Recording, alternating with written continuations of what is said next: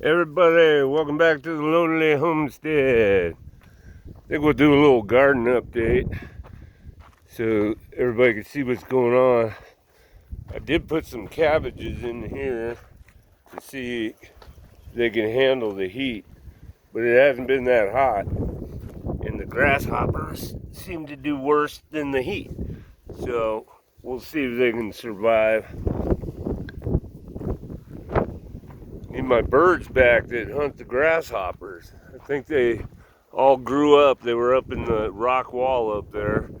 They all grew up and left. So you can see the corn's almost done. I'm pretty sure it is done. Just gotta check it. Probably like this one. See, that's done. But you feel it, and it doesn't feel like it's been pollinated very good. Okra's doing great. We got okra growing already. I mean, this is the one that came up in the winter, so I was going to let it go to seed. Look at the size of that okra pot already. You don't want to eat that. But yeah, I'll let this one go to seed. I'll save seed from it. And maybe I'll get plants that want to come up earlier when it's cold, because that one sure did and dropped back in the 30s again. See if we got any blooms. The okra bloom is probably one of the prettiest flowers there is. Fell off. Oh, no, that one's getting ready to bloom. There was one here earlier, but yeah, it looks like it probably got blown off by the wind. So tomorrow, that one will bloom. This is red okra. The other side is just your standard green okra. They both taste the same. But the corn looks like another failed experiment. It's not going to do good out here. Let's see if we can pull a cob.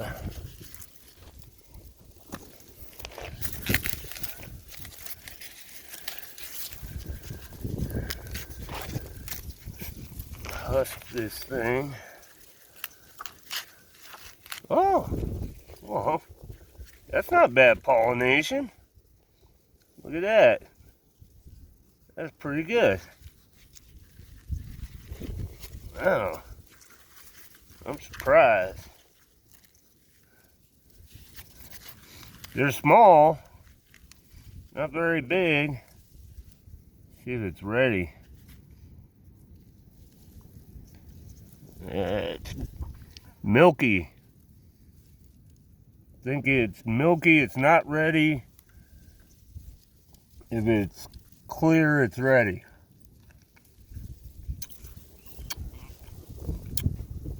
Well, it don't taste bad. That's good, pretty good.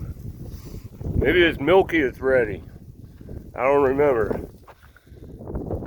Star of the show, Gator Kitty. Even Sassy came out. Hey, Sassy. Don't play in the corn. Skit's here. We finally got cucumbers coming up. This one's been coming up for a long time, but there's some new ones. This one got wind twisted. Look at that. Hopefully it survives. But there's some new ones coming up from seed. That's a good thing. I put up this black shade cloth to help block the wind from them, so hopefully they'll do better. There's little knickknacks coming up in here too. This looks like dill, but that'd be a random dill seed. Some kind of radish, I think. And then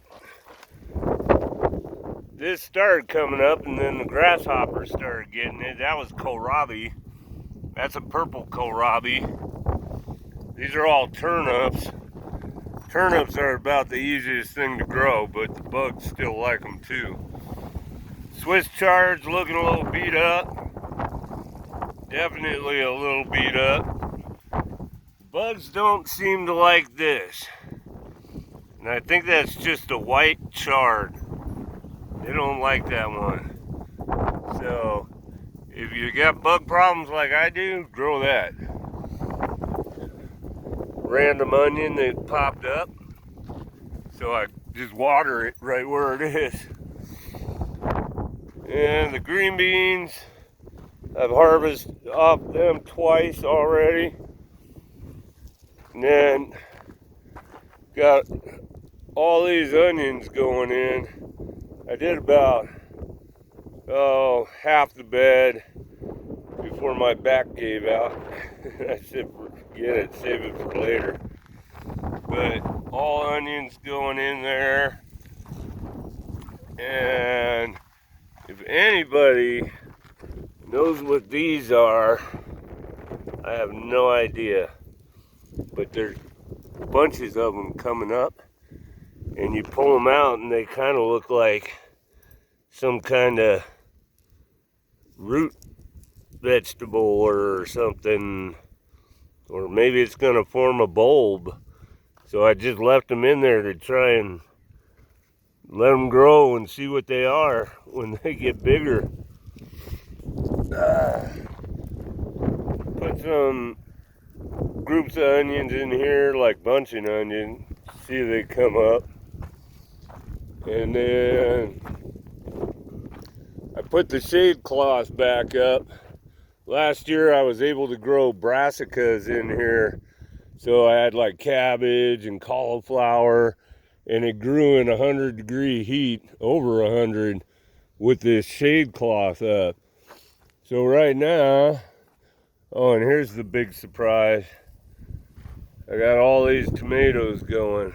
And I got tons more to plant, but I needed to get stuff in the ground. So all heirloom tomatoes. I'm just going to let them bush in the cages and go with it that way. But they got flowers coming in, all kinds of stuff. Might get some tomatoes pretty quick here. Flowers. And I have my first hornworm. Can you tell? Hopefully this one will recover because there's a sucker right there that he missed. And that one looks like it's going to be a sucker too, so that'll grow whole new plants. And then I found them on this one, and I gave them to my one chicken I have here, and I told her to beat the tar out of it, and she did. But here we got cabbages galore, cauliflower to end this row, cauliflower over here, and then I had some bok choy that's surviving, so I planted it here. Hopefully it'll grow faster and then it can handle the wind. But as you can see, got double shade cloth down below to help break up the wind. And back here, I planted my only 2 eggplants that survived the wind. And then over here, we got basil. Ooh, looks like I might need to spray it. Something's eating it. There might be worms in there. Have to check and see. And then those are loofahs. We'll see if they grow. But oh yeah, and then an entire basil plant was right there. It's missing. I gotta put another one in. I found it blown against a fence.